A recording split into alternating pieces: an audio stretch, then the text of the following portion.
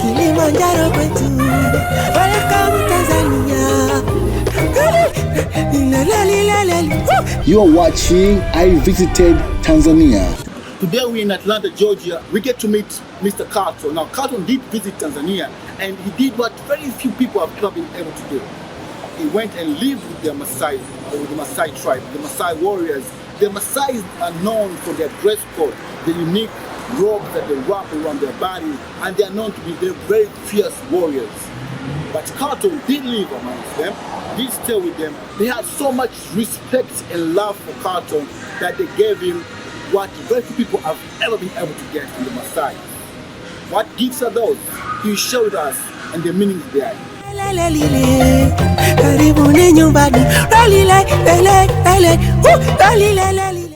Right now, I'm in the home of Mr.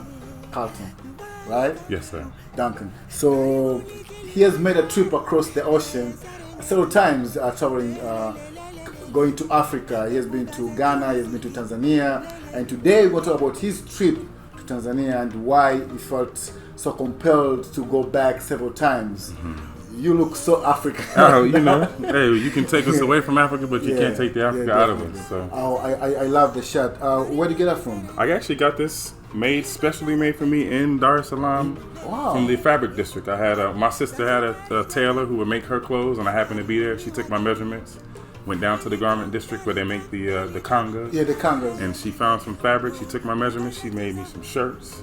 So this is one of the shirts that I got made in Tanzania, especially made a one of one, wow. Specifically for me. That's very beautiful. So I had to wear it for the interview. Wow, that's nice. I like it, man. No, I should have had that one.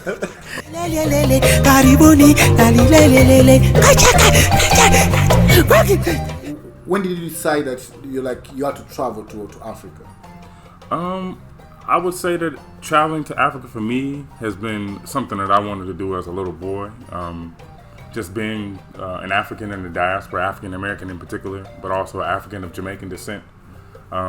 Growing up in the South, which is a major part of the transatlantic slave trade, having connection with Jamaica, which is also another major part of the slave trade. If I was ever afforded the opportunity to kind of link that triangular trade, why not? So that's one of the inspirations of me wanting to go in general, to touch the continent, just to reconnect and make that full circle connection. Your first time in Tanzania, because there are many countries in Africa. Mm-hmm. Why did you decide, let me go to Tanzania? Well, specifically, Tanzania was an option for me through school.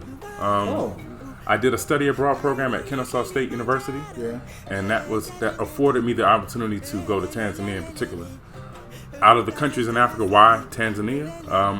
I was introduced to Walter Rodney, who was a scholar, activist who had connections in Tanzania. Yeah, he's well known. I read his book, How Europe Underdeveloped Africa, and History of the Upper Guinea Coast, and that, his connection and his travels in Tanzania, reading through some of that information inspired me to want to go.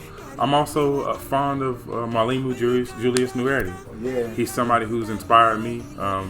His adaptation of his perspective on post-colonial development is something that I saw that, he was a very peaceful and sensible person that tried to bring things together. So just those two, facts, or two people in particular, really inspired me to want to travel to Tanzania in particular.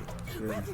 So your first time in Tanzania, can you tell me how was it like? Oh man, it was a whirlwind. It was an amazing experience. Like I said, I went on a study abroad program where we weren't in a specific traditional classroom setting. Our classroom was pretty much the car and on the road, and we traveled to different cities in Tanzania and had excursions. And you name it, I've probably been there in Tanzania, and it's specifically even more intimate when you do it by car, because you sit in the car. And I'm the type of person I like to sit back. I used to, when I was a little boy in Jamaica, I would sit back in the back seat. That was my spot, in the back seat, just looking out the window and just seeing something that was, that I've always imagined, but actually being there. So being in Jamaica as a little boy, riding through the country, is something that I could relate with, in this class. So like I said, we traveled all around the country. went to different places and had, experiences, and we would journal and write about them. So it was like an immersive classroom experience my first time. What was the most surprising thing that you found about Tanzania the first time you were there? Just the natural beauty of the place. Yeah. Like the natural beauty of it's developed in a sense where it still encapsulates its natural, it has not committed cultural suicide to fit into a foreign land. It still is Tanzania, but it still has its modern amenities. So I like the fact that there's a balance of the traditional as well as the modern. So just being able to experience that, when you go to Africa, somebody they have this big caricaturized perspective of Africa here, where it's just backwoods and underdevelopment and no development. But I remember, just being in Dar es Salaam, and it's like I felt like I was in LA or New York. So just that, like I said, it's that balance of the traditional African culture as well as the, I guess whatever you would call modern amenities. Yeah, that's true. Did you ever get a chance to go on safari, like to go to the wilderness? Oh yes, because everybody wants to see that. And let me tell you that also. As a little boy, we'd have a channel, a public television, PBS is what it's called. And there's a channel, a show that would come on called Nova. And Nova was just a show that would show just the natural beauty of the world. And plenty of times they show the Serengeti and Ngorongoro Crater and these different places. And as a little boy, I would just fantasize. Like one of my things I wanted to do was actually be a zoologist. I always loved animals. So I was immersed in those things as a little boy. And to be able to go to these places as an adult and experience the safari, it's really, it's a dream come true. And going on safari is a life-changing experience, especially coming from a place like this. Seeing animals in their natural habitat, in their natural setting, it's mind-blowing. The lion that you did see on TV, and once you saw the lion like face-to-face, was there any difference? There's no... You can see anything on TV, but when you're actually in almost arm's length of touching such a wild animal, it's exhilarating. It's something that it will stay with you forever. Because we have zoos here. You can go to the zoo here or go to the circus and see a lion there, but that's not them in their natural setting. Those aren't real. Yeah, it's a big difference. But to see an animal in its natural environment and experience it. One thing you notice with the lions in the zoo here, they got kind of big belly because they don't get to hunt. And they're fed so much. Yeah, and they're fed, so they don't have that. The same. Yeah, but if you go down there, man, they're different, of course. Yes. Of course. So, did you get to learn about the lions? Did you get to learn anything about these animals that you encountered? Oh yeah, we encountered the big six. So I saw all of those animals, and just the fact, the uniqueness of the Ngorongoro Crater, how these animals are in their own ecosystem throughout some of them leave out through the migration, but some of them stay, they're year round. Also, connecting with the people of the Serengeti, because there's people that live out there too. There's the Maasai people that live there, and other groups, but the Maasai in particular. I was able to meet some of them and develop, close relationships to a point where I had a brother give me his Maasai staff, as well as, the traditional. This is the one that you buy at the store. Oh, this is the real one. They give you? Yes. Wow. And it's three of them. They must have so much respect. Let's have that. Let's see that. It's the real. They don't get to give this to everyone. I wouldn't even get if I tried. Like this was given to me. Yeah, this is the real one. And this was given to me this was a store-bought one, but this one was given to me by a young boy who was excited to meet me because I was the first, almost first African American he met. Oh wow! And Jamaican too. And he was, we were just talking. He's like, I want you to have this, and I told him no, but he insisted that I take this with me, and I've had this since 2010. They tell you what's this for? It's a pride. This is their pastoralists. Oh. So they also fight with this. Fight. That's what this point of this is too. If they have to defend themselves. But I see them out. I know this is a small one, but I see them out there. With the cattle, and that was another amazing thing to see. You'd be out, and you see kids. Couldn't be no more than 6 or 7 years old with a line full of cows behind them, and they no supervision, nobody about them. It's just a group of the kids. Wow. I can't imagine, little African American kids out there, and that just puts things into perspective, and that's why travel is important. Travel for everybody, but for me in particular, I'm an African American, and I think that it would enrich us so much more, and it give us so much more perspective and sense of self. Why is that? I would like because rarely, of course, of recent years, Africa has been urging African Americans to travel to Africa, but maybe coming from you as one of the African Americans, why do you think it's very important for an African American to travel to Africa? Just due to the fact that our historical connection to the place. Yeah. We are unique in the sense that we were brought here, under circumstances which, a lot of us didn't necessarily choose. It was a forced migration through slavery. And just as a symbolic, reconnection, ancestral connection. Because me, when I went for the first time, it wasn't just me that went.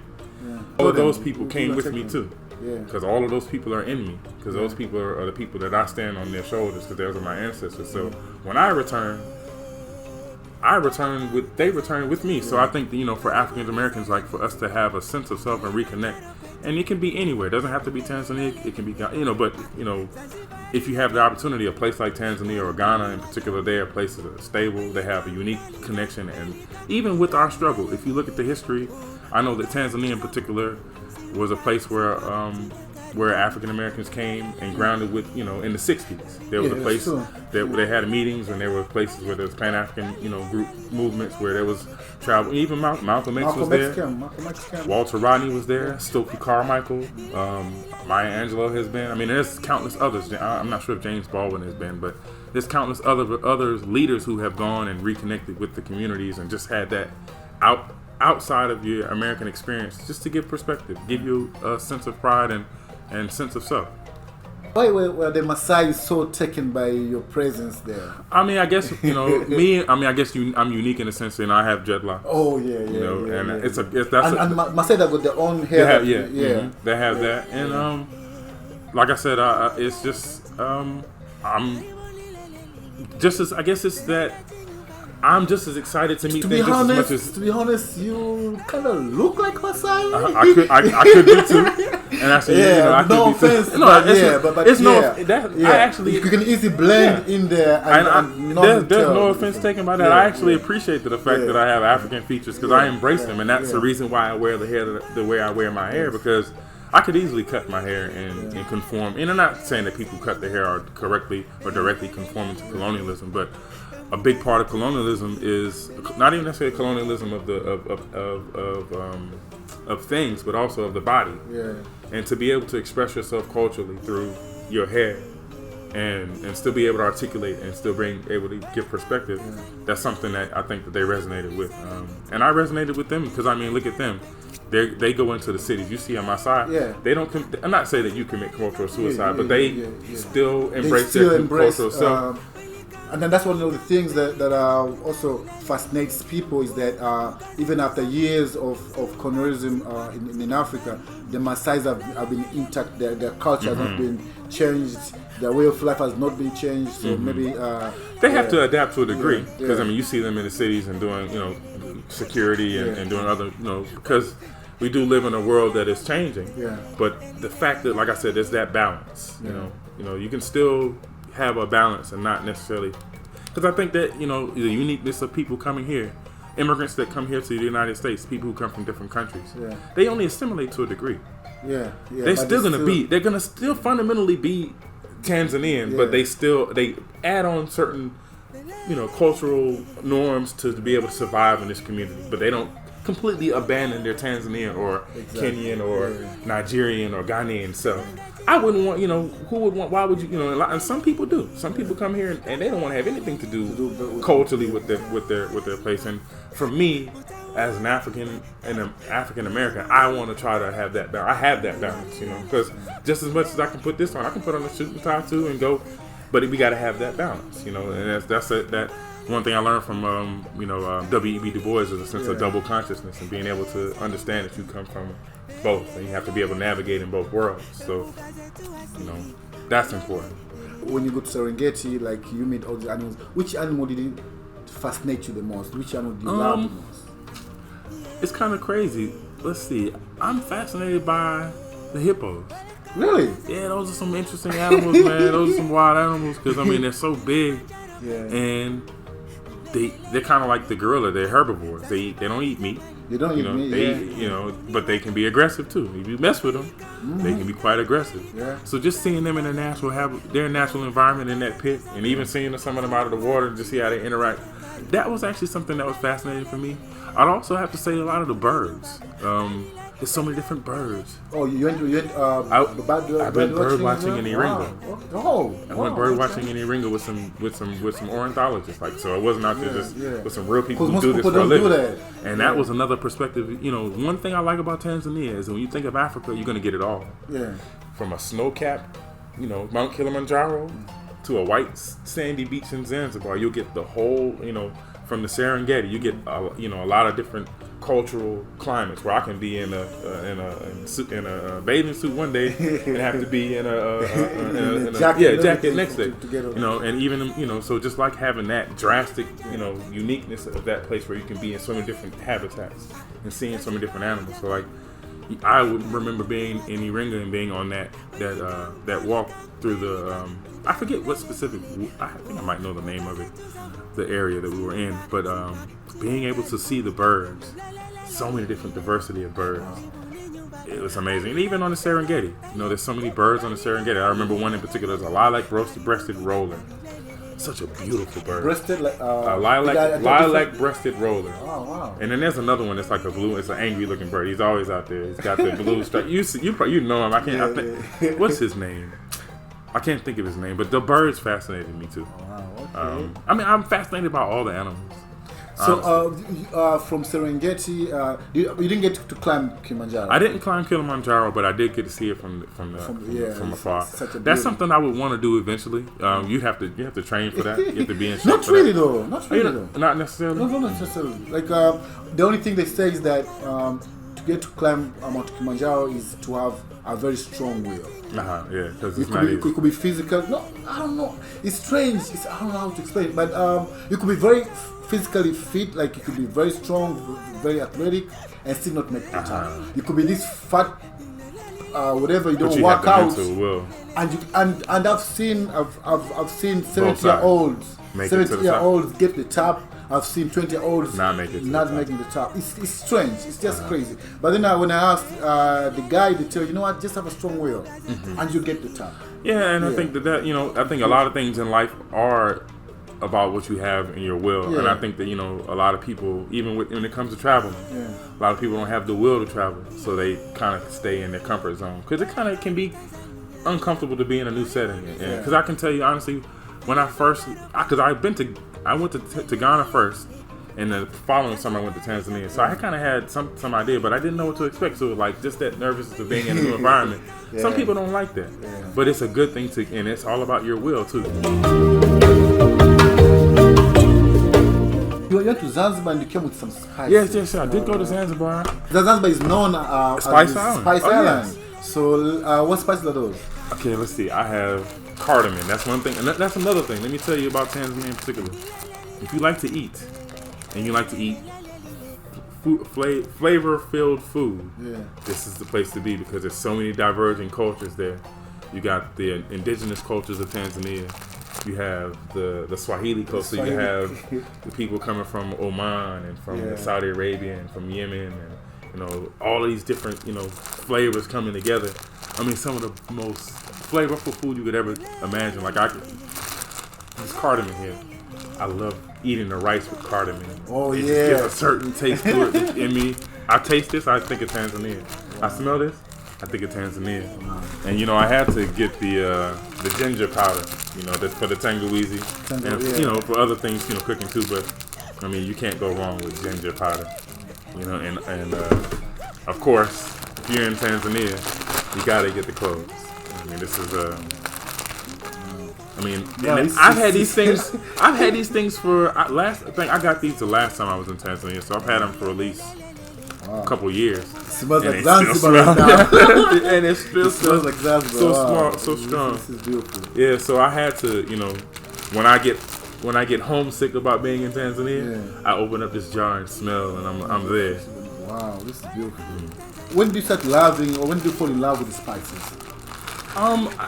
Just naturally speaking, you know, like I said, I'm first of all, I'm African American. So if you've had any African American cuisine, we like to put spices and flavors in our food. Yeah, that's the season. And I think it's just a cultural thing. And I'm also Jamaican. And if you ever had Jamaican food? Oh, Jamaican. Yeah. The service at the restaurant might not be so good, but the food. Yeah. So that, they can be kind of pushy. That, you know. If you don't know what you're doing, that's funny that you said that.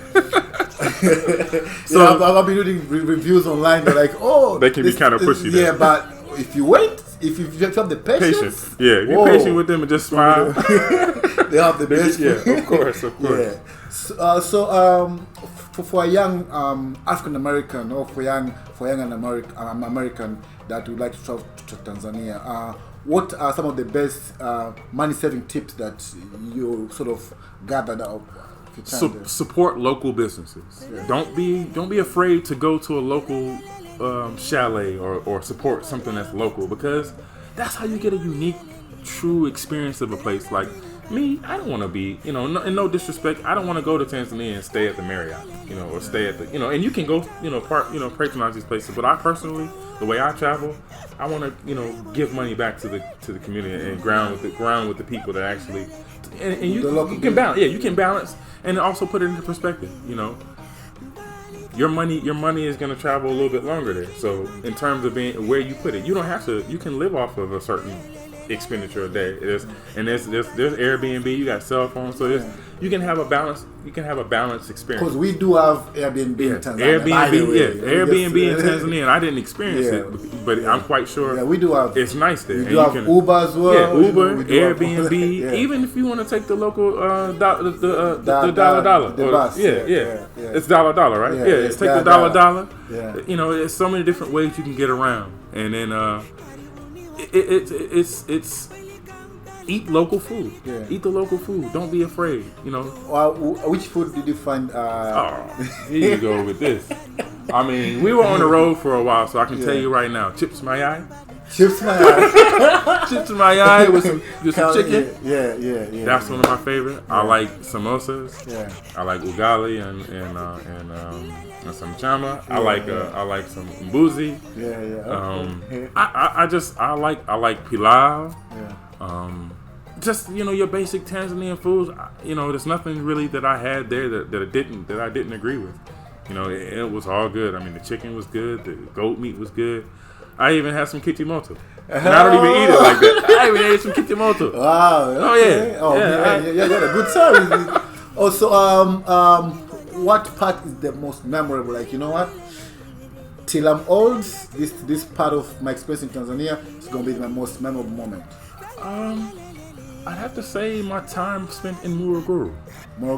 I love Morogoro. Oh man, you traveled. Yes, I stayed in Morogoro for a while, and what are you doing in Morogoro? Actually, I went to a language school and picked up a little Kidogo Swahili. Swahili. Oh, okay. Now, okay. What Swahili do you like? Like, what words? I mean, I guess I understand more than I can speak because I don't speak it, so it's more like one of the things you lost. So if you're trying to eat, like if you're trying to ask for food, what is it? Well, the one thing I can say about being in this, I guess, is my boon, and we have a cultural connection in the sense that I'm African American, so I was colonized by the former Brits. And you were also colonized by the Brits to a degree. And even when I went to Ghana, they colonized by the Brits. So I was able to kind of navigate a little bit easier speaking some English, but even still, you try to showing the initiative to use basic greetings and so forth goes a long way because at least people know that you're trying. So I mean, I would navigate between English and Swahili. I'll definitely get some books the next time I come around. Books for simple Swahili. Asante. Oh, yeah, see? There you go. You got some.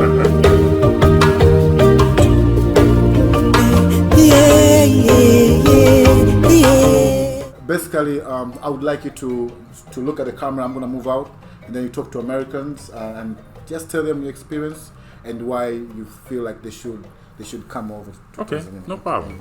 Greetings, everybody. My name is Carlton Duncan, and I just want to speak on the behalf of myself and encourage you all to visit Tanzania. It's one of the most amazing and most beautiful places I've had the honor and privilege to visit on 2 occasions. First, under the guise of a study abroad program, where I traveled all around the country pretty much, and just had really immersive experiences, grinding with the people on the ground. Also, with that, you have the aspect of going on safari, and that's also a life-changing experience. There's so many different aspects to the country. Like I said, you can go from a snow-capped mountain to a white sandy beach. You can go to Zanzibar. It's just a beautiful place overall. And one thing also that I can also say that the biggest asset that Tanzania has are its people. Some of the most kindest, nicest people I've ever had an opportunity to meet.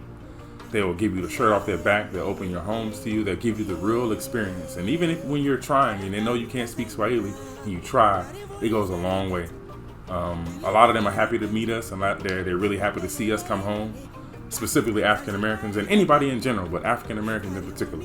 I really urge you to come and really try and go to Tanzania. It's a most amazing place. Thank you. The best part about travel is making new friends, and that's the whole experience. I know the social media, we gotta take the pictures, the photos, we gotta post them on the gram, but most importantly is for you to enjoy your time there. Just be there, live for the moment, live for the present moment. Live there and enjoy your time. And I hope you will also come to Tanzania and enjoy the time. You are watching I Visited Tanzania.